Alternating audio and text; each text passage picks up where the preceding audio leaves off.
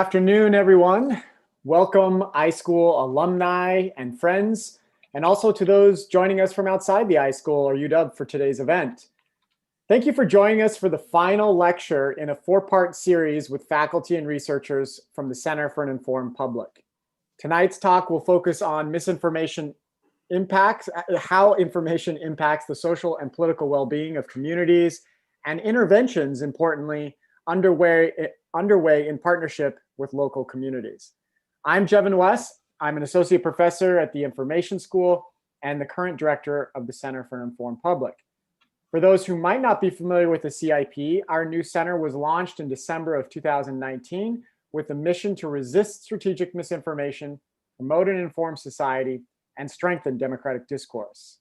A nonpartisan interdisciplinary center, we bring together diverse voices from across industry, government, nonprofits, and other institutions to confront the spread of mis and disinformation through our research, education, policy, and community engagements.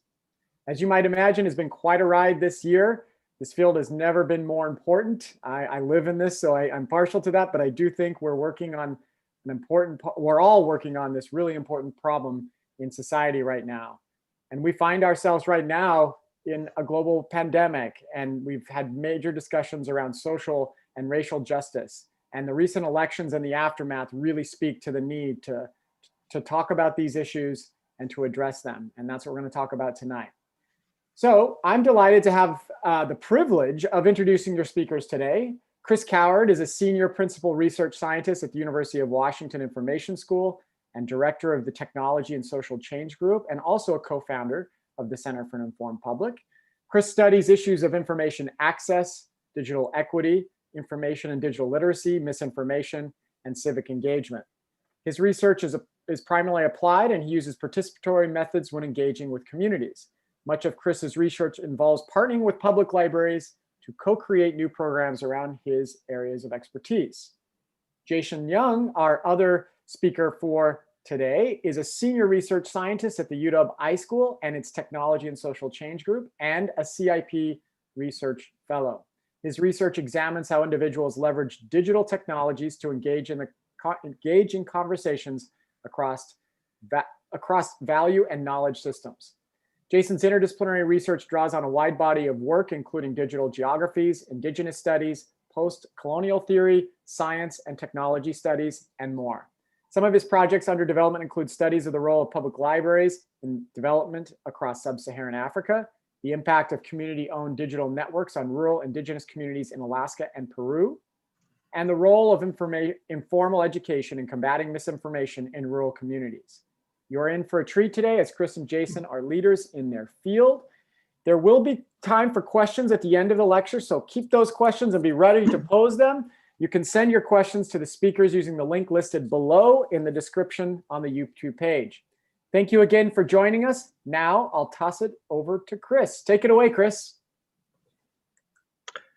Thank you, Jevin, for that introduction, and welcome everyone. It's a pleasure to be here. Jason and I will be speaking about community approaches to misinformation.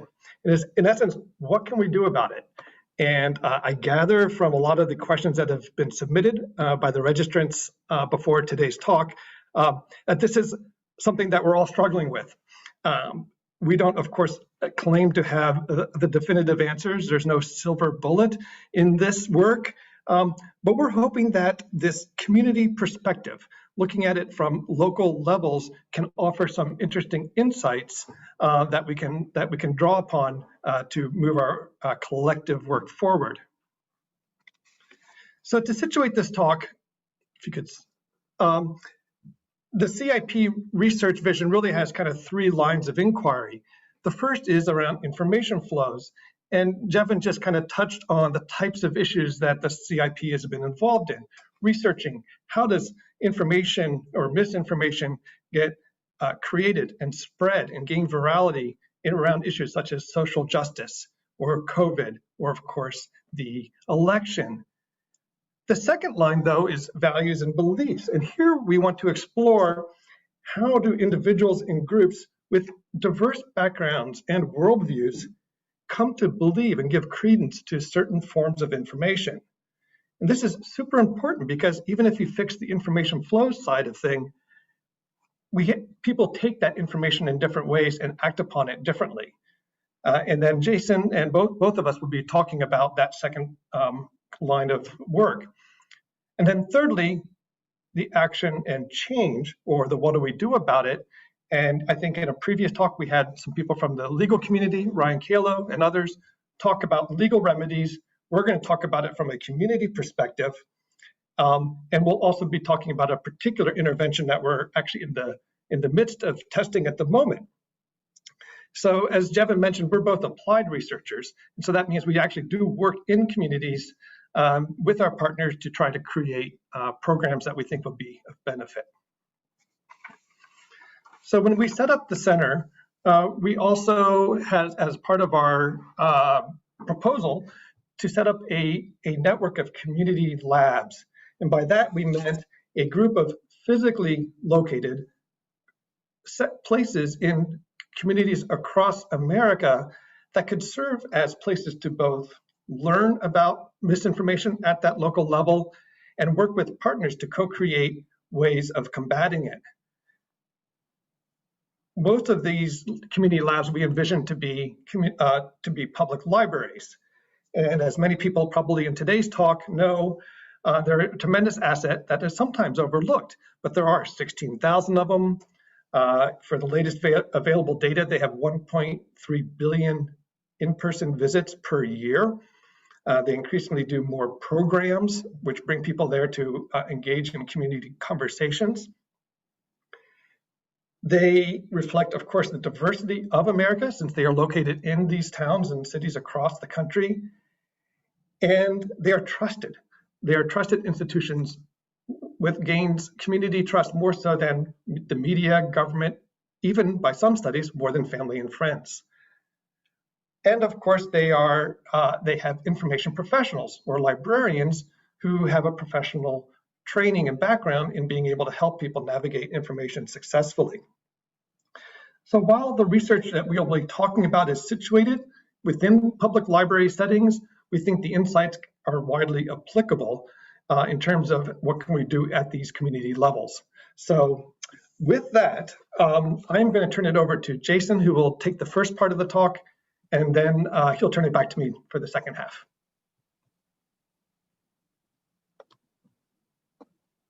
Awesome, thanks, Chris. I also just wanted to thank Jevin, as well as the organizers, Tara, Julie, and Michael, for all the work they've put into this.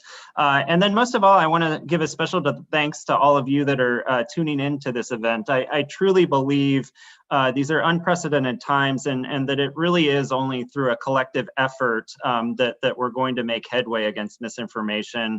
And so I think it's spaces and discussions like these that really enable us to come together as communities to start to achieve some of that collective effort. So thank you all for tuning into this and for being part of that hopeful solution. Kicking us off here, I did want to start with a little bit more of an introduction to me, because I think within misinformation studies, I come from a rather unique background that really strongly shapes how I start to approach misinformation, and in particular, community solutions to misinformation.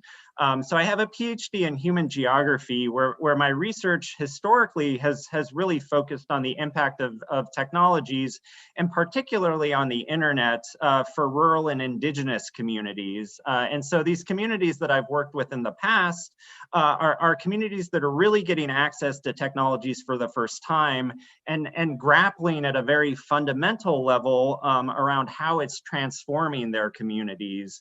And so then I use participatory methods with those communities to really ask questions about how technology is opening new opportunities for them, but then at the same time, how there are often unintended consequences and dangers even of these communities.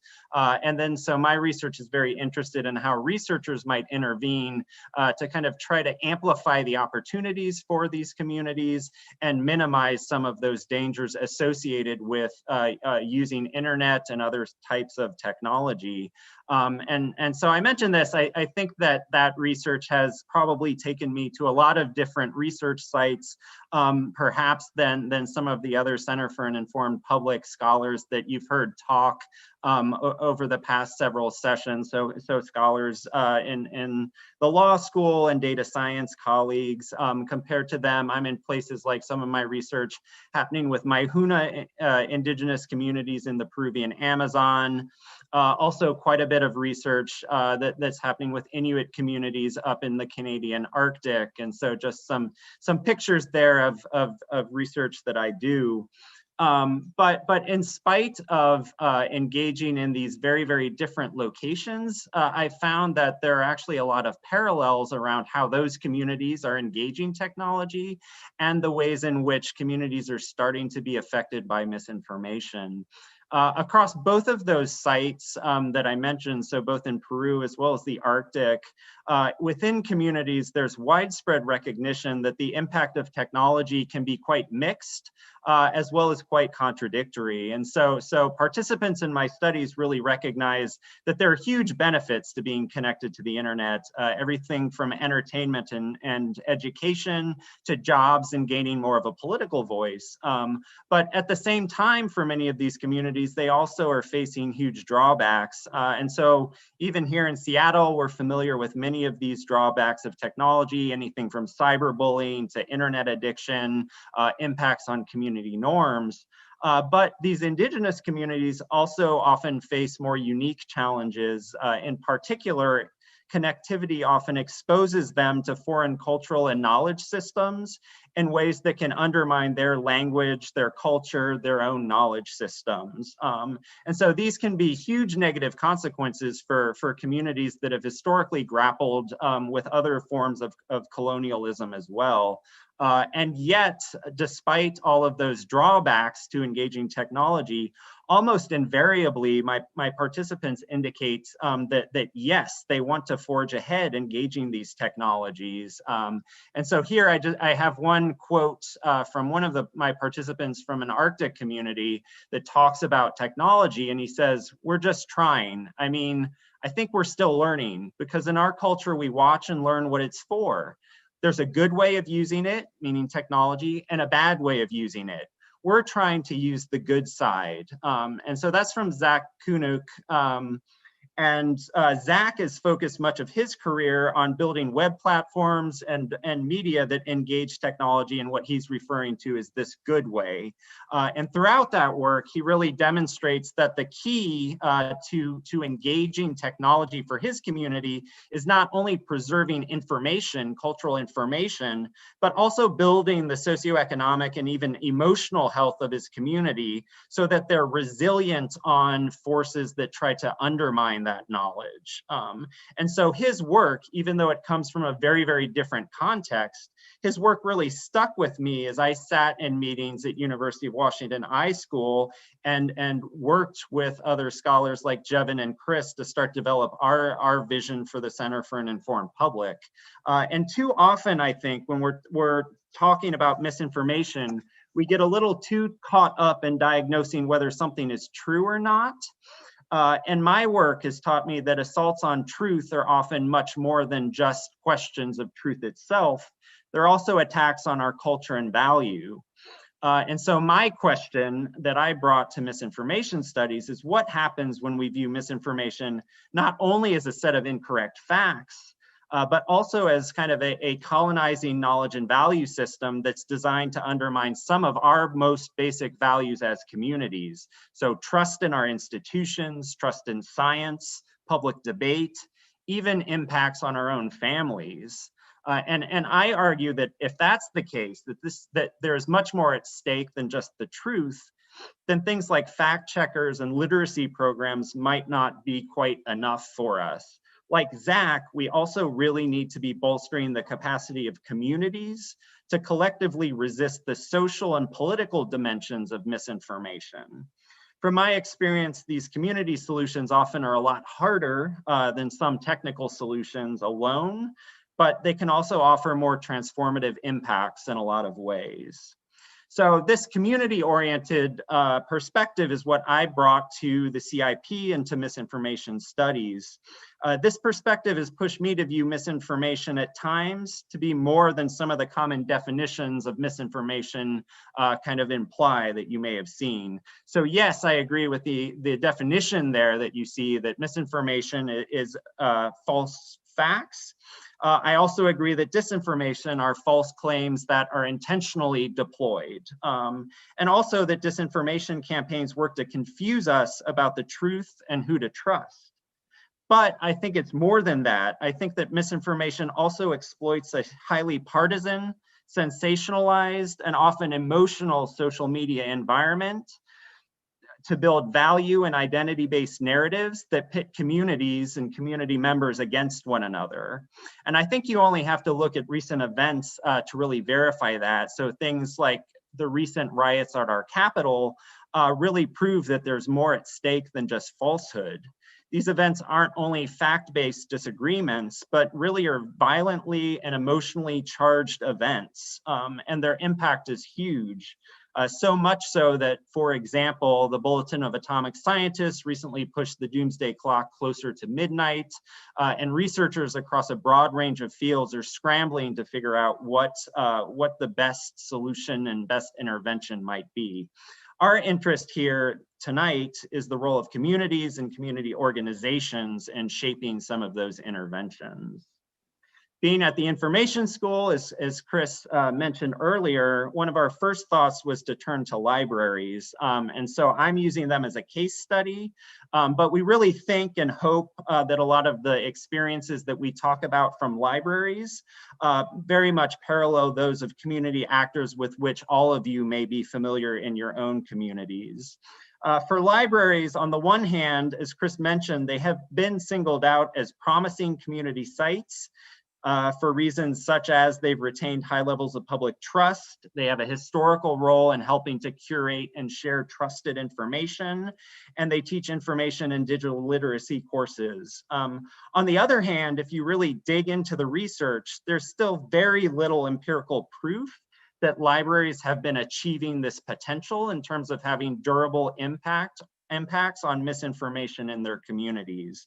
And so this is clear proof that there needs to be much more research on what we really know about community interventions and what the next steps should be so that libraries can really achieve their potential. So that's what we've been starting to do at the CIP and at Tasha. The remainder of this talk comes from a collaborative study with other iSchool colleagues that you see there, in which we've engaged libraries in interviews and workshops to talk about their experiences with misinformation so far. This included a range of participants from 10 library systems that serve about 3.6 million people in rural and urban communities across Washington state. So we're talking about librarian engagement with a lot of communities across the state, a lot of quite varied communities. And what did they tell us? First, they confirmed that they're very much interested in combating misinformation, that they've engaged a lot of very closely related topics ranging from civil discourse and engagement to critical thinking skills, and that they've had a lot of discussions about misinformation with their colleagues and their patrons. At the end of the day, though, they indicated that they haven't actually done much that directly addresses misinformation. Largely because they expressed lack of confidence. They didn't feel that they had the knowledge or the capacity to authoritatively engage the topic. They want help. They need help from centers like the CIP. And I suspect that that's a place where many in the audience also feel, where they know this is an important issue, but they want guidance to understand how to intervene in it effectively. So what are libraries saying? What areas do they need help in? First, they want to know what effective programs or activities for addressing misinformation might look like. Widely, our participants believe that literacy should be a critical component in intervening in misinformation, but that it's not enough. Programs also need to address not only falsehoods, but the social issues and political divisions that misinformation exploits. the librarians are also concerned that at times, even if they set up effective misinformation programming, they won't reach those that need them the most. And so they're concerned that literacy programs aren't going to do any good if their patrons aren't going to use them to deconstruct their own beliefs. And so librarians are asking, what is the appropriate way to frame interventions? And how do you ensure that these framings engage community values in a deep and sustained way? Second, librarians aren't always sure that misinformation proper is the most effective approach, because misinformation often is quite interconnected with other issues. So things like digital divides in communities, economic precarity, political polarization, they all play a role in making misinformation effective. And given limited capacity, librarians aren't sure, one, what issues they should focus limited attention on most, and secondly, how to keep up with ever-shifting terrains across all of these different domains. So how can they proceed? What types of tools might we be able to provide them to help them keep up with these issues? Finally, even when we do figure out effective approaches and effective tools, our participants worry about how implementing misinformation programs, how they might do that effectively without jeopardizing public standing and financial sustainability. Librarians broadly, the field is engaged in a lot of debates over their long-term identity and political positioning, and how neutral to remain. So asking questions, for example, like, can we take a stand on vaccination because we believe it's important for the health of our communities, or will that lead us to being less trusted and less effective within our communities? Many libraries are also worried that if they undermine that public trust, it will lead to quite pragmatic concerns around losing funding, public support and funding, for example, which then has long-term impacts in minimizing the amount of programs and activities they can carry out. So in summary, and these are questions I think that Chris is about to engage a bit in his talk, some of the questions that we're hearing coming out of these libraries and other community partners are, how can we engage political topics across deep political divisions while sustaining necessary public trust? What types of activities effectively engage community members while engaging misinformation at both a factual and emotive level? And then what's the role of researchers? How can they help support us in making these interventions in our communities? Chris? Okay, let me switch slides here just a second.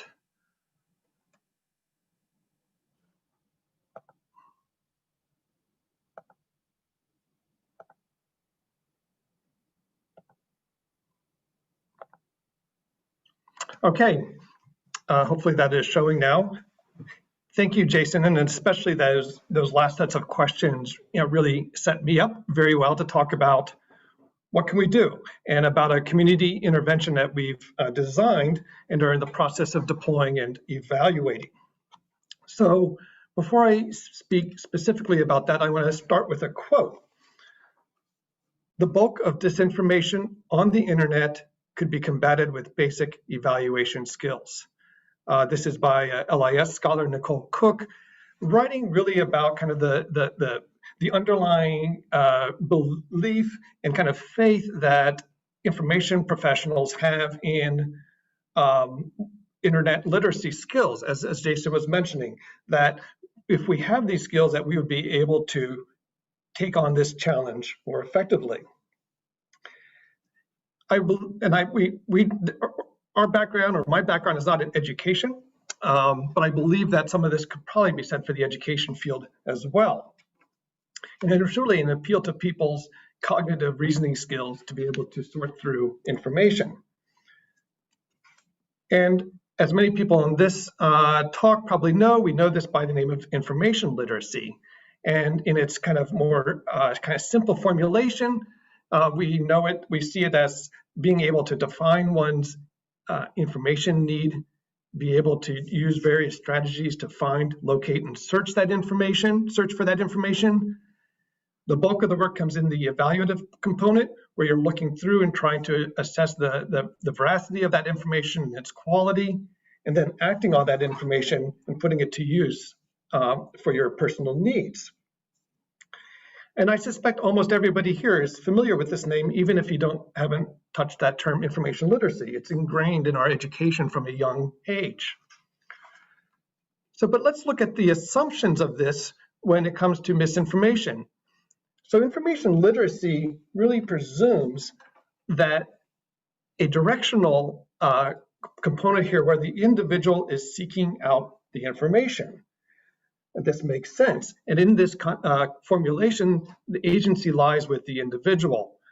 What we're learning from misinformation studies, however, is that it often works in the opposite direction. And it does this through algorithms, knowing your searching history and what you like, by prioritizing information that the social media and the other platforms know you'll spend more time engaging with. That's the advertising model, and so forth. In short, it's really difficult to hide. It's not you seeking the information, it's the information seeking you. A second assumption has to do with position or even positionality. Information literacy assumes that you're acting alone and that you're evaluating that information by yourself. But in practice, and I think this is pretty evident to most people, you were doing this in a social context with in networks and with friends and like-minded people having conversations. And so the bad actors know this, and they know that they can leverage the social context of the information sharing that occurs within these trusted networks to introduce their poison pills. The third assumption is a temporal one. Information literacy presumes that you will be doing that act of defining one's need and searching and evaluating that information in a matter of seconds or minutes. We've all learned the basic steps, right? We check the source, we triangulate to see if other sources agree, and so on. It doesn't take as much time to come to a conclusion for our own purposes. However, we know that misinformation is particularly effective because it doesn't operate on this time scale. It works on a different one that happens over days or even months. So maybe I can illustrate this with a little example. Let's take the issues of vaccinations. Well, let's say it's for a class project. So you go out and you find a YouTube video that nicely presents the case of vaccine safety. In that video, there might also be a mention that there are some people who don't believe in the safety of vaccines. But it stops there. But it starts to at least introduce to the viewer that, oh, there are some people who don't believe in the safety, but it's left at that. But remember, because of algorithms and targeting, et cetera, you've now been marked. And so the next time you go to your YouTube feed, there are other videos up there. And that next video might start to elaborate on the doubts about vaccine safety. Over time, those arguments become more and more prominent, and maybe after several months, they become the dominant feature of those videos. And all of a sudden, not all of a sudden, I'm sorry, after a period of time, you've kind of made that journey from being a person who just believed in the efficacy and safety of vaccine to someone who has now become an anti-vaxxer. And so it's the kind of going down the rabbit hole effect. And remember, you're doing this in a social context with your friends or classmates, and so which opens up new vectors for that misinformation to spread. It could be coming from one of your friends, classmates, or going to, and it gets spread that way. So these are the ways that misinformation operate differently than in a traditional information literacy presumed environment. Jason also mentioned a lot of the other dimensions of how misinformation hits our brain. These are all coming out of the cognitive sciences. There are numerous psychological dimensions to misinformation: confirmation bias, conformity bias, third-person effect, continued influence effect, and on and on. These are all types of our tendencies in our minds that actors who want to spread misinformation are able to take advantage of. Similarly, there are so many emotional triggers, and there's a lot of research that shows that these emotions are very powerful in getting people to believe certain forms of information that override some of our more reasoning sides of our brains. We just spoke of the social nature of information and gets to such questions as who do we trust and why? What social pressures are we under? How do propagandists take advantage of our social media natures, of our social natures? And then finally, kind of our beliefs and worldviews. Where do people come from? How do they form those beliefs? And how do beliefs change? And as Jason mentioned earlier, kind of combating it with these facts are the right facts and you should believe these facts is very rarely going to be an effective strategy. So the intervention, an escape room. So I suspect many people know what an escape room is. They are live interactive adventure games in which a team of players, usually in the 4 to 8 person range, work cooperatively to solve puzzles in a set amount of time, typically 1 hour. They're a worldwide phenomenon, and they are also popular in public libraries, where they've been deployed to offer STEM learning, curriculum support in partnership with schools, and information literacy instruction, in addition to having entertainment value. So the goal that we had for ourselves and my research team was, can we develop an escape room for people to learn about misinformation and use this immersive and experiential format to factor in the emotional and other psychological dimensions of misinformation? So given that we are living in an time of COVID, we started with designing a digital escape room, although it is still hosted live. So the goal in this escape room is to appeal to people with diverse backgrounds and beliefs. What we've done is we've created a fictional narrative. There is no mention of the word misinformation in our marketing of the escape room. One of the things that we heard from librarians is if they hold a program on learn about fake news, for instance, they typically would only get people who are already, let's say, already concerned about the problem or converted and have a lot of the basic skills but want to learn more, and that they were not reaching the communities in the people in their communities who might be more vulnerable to misinformation or even contributing to its spread. So we wanted to design a room that talks about you're going to go into a world of deception and an evil corporation and things of that sort without actually mentioning the word misinformation. Secondly, we wanted to people to actually experience these various psychological and emotional dimensions. So it's one thing to lecture people about, oh, this is what confirmation bias is. It's another to actually experience that. And so we actually have people experience the 3 things that are bulleted here. We have people will come in believing, the way we have the narrative set up, believing they know who is the good person, who's the good actor, and who is the bad actor. And it kind of appeals to a particular confirmation bias. Through the gameplay, they'll find out there's a kind of a bait and switch, and things change. So people will have that experience of what it means to confront their biases. Secondly, we wanted people to actually feel vulnerable. Third-person effect suggests that people believe that others are the ones that fall for misinformation, but I don't because I'm smart. And one thing we wanted to create in the escape room is everybody can be duped. Everyone is susceptible to these tactics.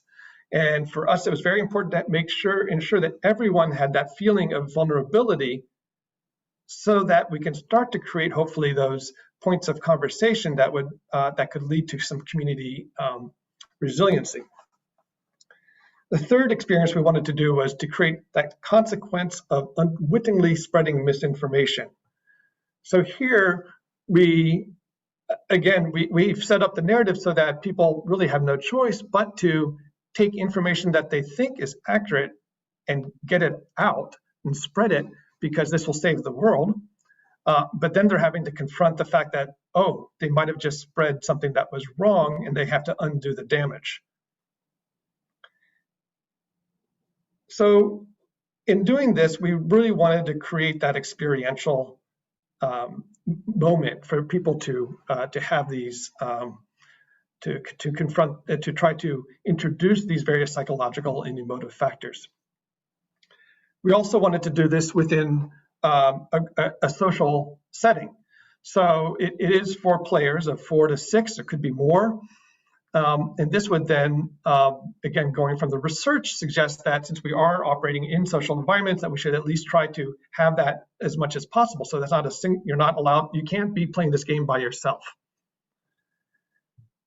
From game literature, we learned that people can play a game, it's a fictional thing, for a fictional environment, and then leave the game, and there's could be very little transference of the knowledge gained in the game to real life.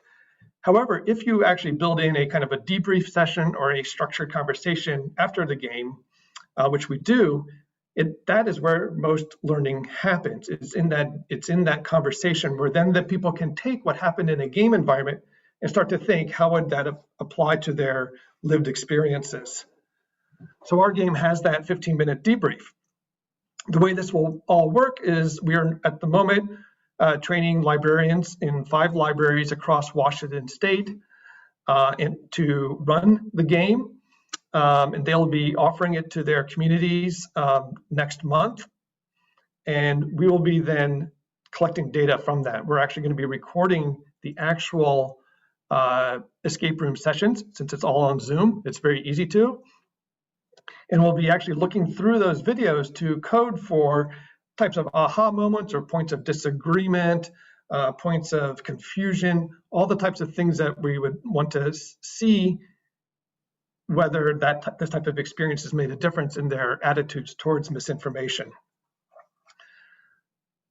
I think whether this however this escape room works, I think what we're really trying to probe here are these alternative ways than a kind of this fact-based, this is how you can sort truth from false information and create that experiential environment. So let me just kind of conclude with a few thoughts here. One is we need to appreciate that misinformation is not a binary issue, one of fact versus fiction or right versus wrong. And I think that's how it is often portrayed in the media. It's often portrayed in our popular culture, and also gets in the way of having constructive discussions within our communities and within our families. Secondly, as Jason mentioned, we need to understand where are people coming from? What are their backgrounds, their upbringings? What are the forces that shaped who they are as individuals? What values do they hold? And all of this is intermingled with various social, economic, and historical forces. People are in various precarious situations now because of economic inequality or COVID, and people that are in precarious situations can be more likely to latch on to explanations that are convenient and may offer them some comfort in getting through their daily lives. Now, much of our knowledge about misinformation in terms of from the research side really comes from large-scale studies and large-scale data, often using, for example, Twitter data. And as a result, or not as a result necessarily, but in parallel with that, most of the efforts to counter misinformation are at that macro level. Technologies such as content flagging or legal remedies such as platform regulation. These are super important, and the center is working very hard on both of these dimensions. And what Jason and I have been, I think, what Jason and I are adding to this is an importance of looking at the dynamics of misinformation at these local and community levels, which are also hybrids of both digital and physical spaces. People operate in both of those, and and bringing it down into that physical community locale sheds light on some different ways that misinformation manifests in those communities. And we believe that insights that we gain from that lens will lead to some new approaches, the escape room just being one of them, but with many others hopefully to come. With that, we thank you, and we now look forward to entertaining your questions. And Chris, real quick, I just want to remind folks in the audience that there is a link in the live stream caption on YouTube where folks can submit questions if they haven't done so already.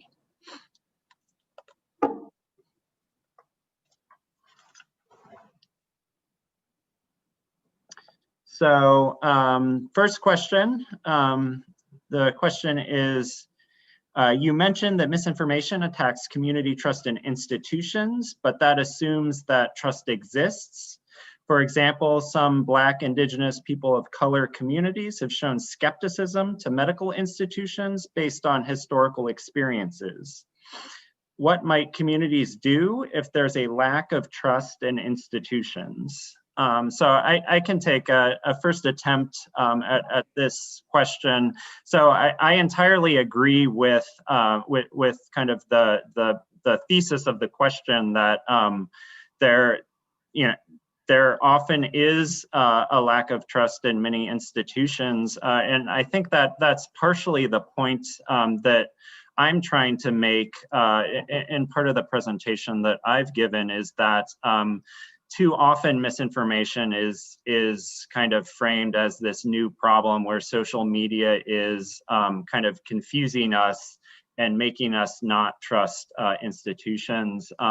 But as this question rightly points out, that for some folks in communities or for some communities, misinformation is in some cases a symptom of kind of deeper social and political issues. One of those issues being that perhaps there are very good reasons for parts of the community to not trust particular institutions.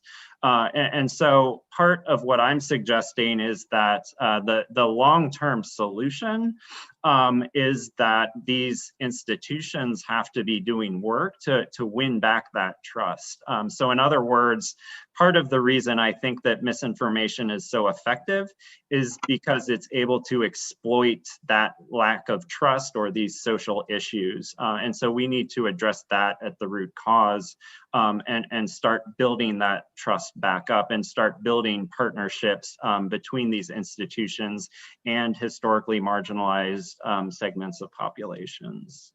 Chris, anything else? Well, I think that I agree with everything that the questioner said, as well as what you said, Jason. And sometimes it might be also working with other institutions that do have more trust within those communities as a bridge to some of those things. Because you do need that communities that they trust to be able that intermediary to some of that other information. So I think surrounding yourself with those trusted networks and institutions that are trustworthy, who can then bridge to those other types of information, could also be a potentially effective strategy.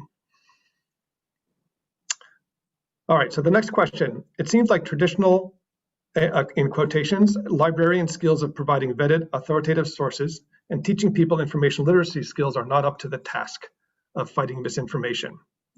What additional knowledge and skills do you think we need to develop in librarians and other community members in order to counter misinformation? So I hope some of our comments in the talk address this. For one, I do want to say that we should not get rid of the former. The information literacy are still critically important skills to learn, and they need to be updated to account for some of the new ways that misinformation works. So one of my projects is really how do we improve the kind of those traditional skills, so to speak, so that they can be informed by research coming out of other fields, such as the cognitive sciences and education fields, communication studies, and others. So I think that we need to the risk is in leaning back on that kind of library faith that, oh, just the traditional way is going to get us through it. And that's a risk that I don't think will be met with a lot of success. So yes, I think it is the types of things that both of us have talked about, which are learning about the psychology of misinformation. The other thing I would say is traditional literacy skills, or at least as it comes to misinformation, we kind of treat the misinformation itself as a black box. And what I mean by that is we know what may be coming out, right? We see these twisted information, but we don't know how it's actually happening. So when I interview librarians, I say, do you actually, in asking, how does misinformation work? How does social media bots work? How does algorithmic targeting work, et cetera? They do not know for the most part. I have a hypothesis, I do want to test this, that if people knew more about the inner workings of how misinformation works, how actors can exploit both the technological affordances of let's say the social media platforms, as well as our kind of psychological and emotive defenses, that if we knew more about that, that we would become a little bit more resilient. But that's work to be done. So the next question is, how do you understand the distinction between misinformation and disinformation / the deliberate restriction of access to information, especially in regards to the national events of the last few weeks? How do those trends need to be countered or combated differently? And so as I understand the question, yes, I think as you dig into work on misinformation, that you see that there's actually quite a wide spectrum of types of information that may be misleading or kind of maybe political in the sense that they induce people to do particular things. And so one kind of binary distinction is between misinformation, which is non-factual information, but may not be intentional, and disinformation, which is kind of a deliberate form of misleading someone, either for political motivations or perhaps for profit. And then this person also brings up a third, which is restriction of access to information. And there are other things along this spectrum, such as even marketing can be kind of a form in which information is framed to mislead in particular ways. And so one thing I would say is that I think that we need to be attentive to the fact that while there are distinctions, that many of these things combine to produce the sorts of impacts that we are seeing throughout society. So disinformation campaigns, in fact, often do lead to some of that disinformation kind of floating out there, where folks may pick it up and share it in a non-intentional way. So you have disinformation and misinformation kind of working together, and then restrictions to access of information can prevent people from engaging in regular literacy types of skills to figure out if this misinformation that's floating out there it is in fact misinformation or true. So I think they all kind of work together in a lot of ways, and so any sort of solution has to be able to engage across that spectrum. But at the same time, I think that there are different tactics that may be more or less successful.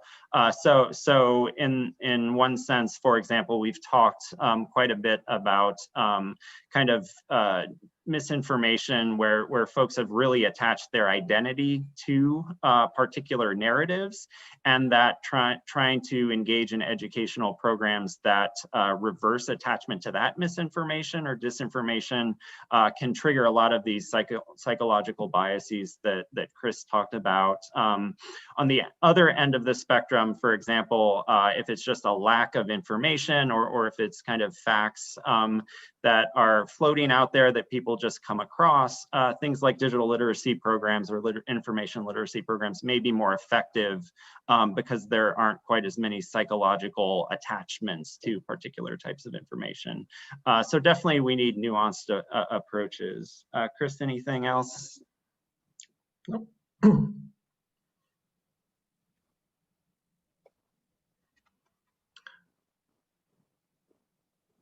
Oh, I'm sorry, here we go. Next question.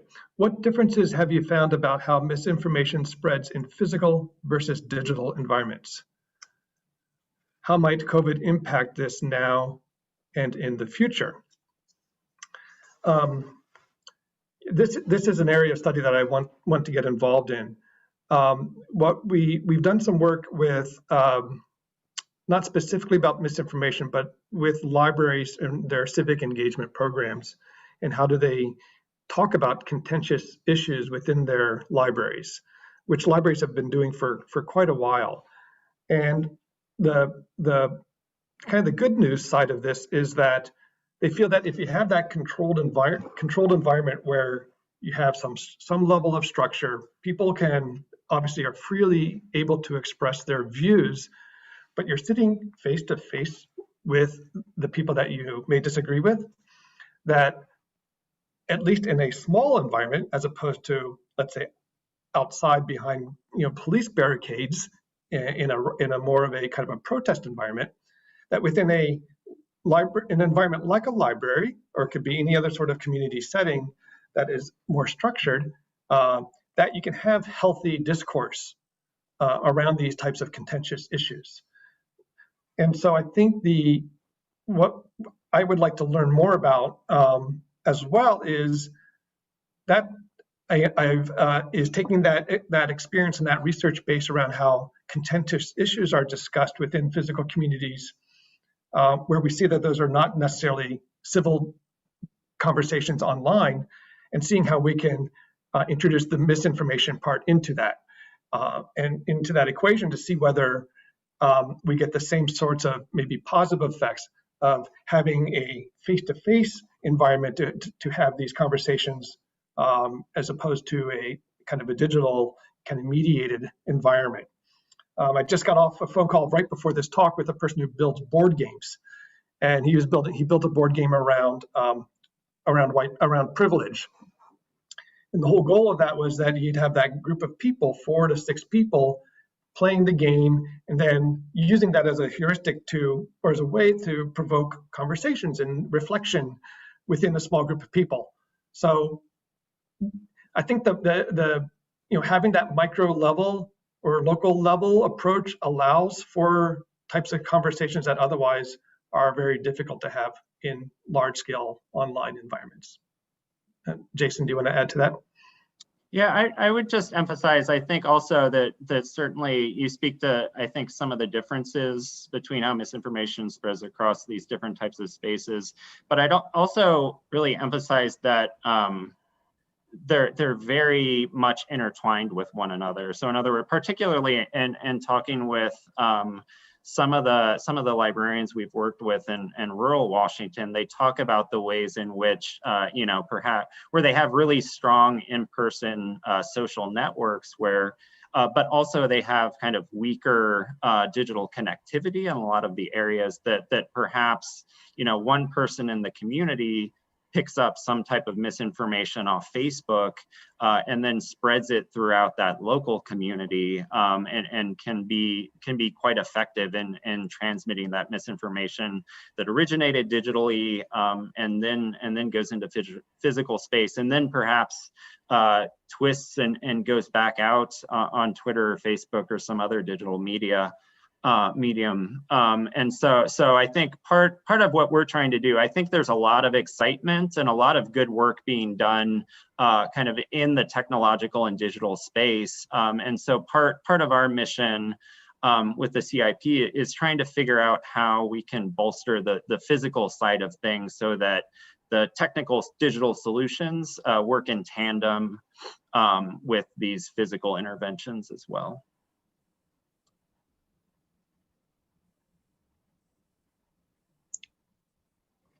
So next question, I've seen a lot of pundits and headlines blaming misinformation for the political upheaval and events happening right now, while others are pointing out that misinformation is more of an effect than a cause. What are your thoughts about this? And so I'll just say, this is precisely debates that we were having in these focus groups with librarians, like over and over and over again. And I personally don't think that either side is correct. I think it's a vicious cycle where they reinforce one another. So I think that certainly misinformation is helping to exacerbate a lot of the political polarization that we're facing. Certainly, like, these facts do have impacts, and there are folks that base their actions on false information that they read. At the same time, I think there are a lot of folks that have political motivations where it isn't the misinformation necessarily that's driving them, but these deeper political motivations. And so I think that they probably reinforce one another.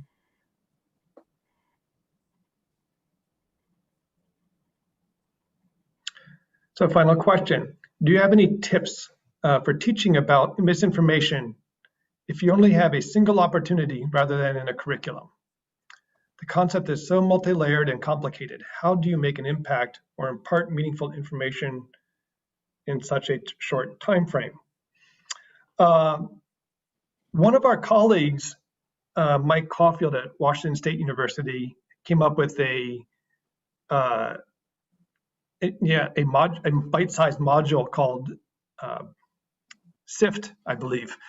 It stands for Stop, Investigate the Source, Trace claims to their sources, and that's the T. I can't remember the F offhand, but you can look it up. But there's that one, there's another one. There are a couple of those that are kind of based on these, that are kind of combinations of information literacy with some of the things that we find out about, that we know about misinformation. So there are a couple of really good kind of bite-sized module type things. Another good source is the First Draft News organization. I just took a text message course. It was, and I think it happened over 15 days. I got a text message every single day with just a little bite-sized curriculum. Thank you from somebody. F stands for Find Better Coverage. But so there are other efforts. Obviously, the CIP is working on some of these as well. But we want to give shout outs to our colleagues both at Washington State and First Draft, and other places that have also developed some really, really amazing, a really good curriculum. One of the things that I was studying as part of our working on the escape room were other games, and there's a game called Stop Bad News, where you take the role of a protagonist role where you're trying to become the worst spreader of disinformation possible, and you get more and more points if you choose, depending on which strategies you choose to spread your disinformation. And they've actually studied it. It's using a theory called inoculation theory, but trying to see whether people who play that game, the experience of it then develops resilience and kind of changes their attitudes towards misinformation. So that one's called Stop Bad News, I believe. So those are all, I think, good starting points for very kind of quick interventions. And I just say, if I can just really quickly, if I give just one tip or one piece of advice, and it would be very similar, I think, to any of the venues where I teach on different topics, but it's really, I think, to reach your students where they're at and try to inspire them that this is something they should care about.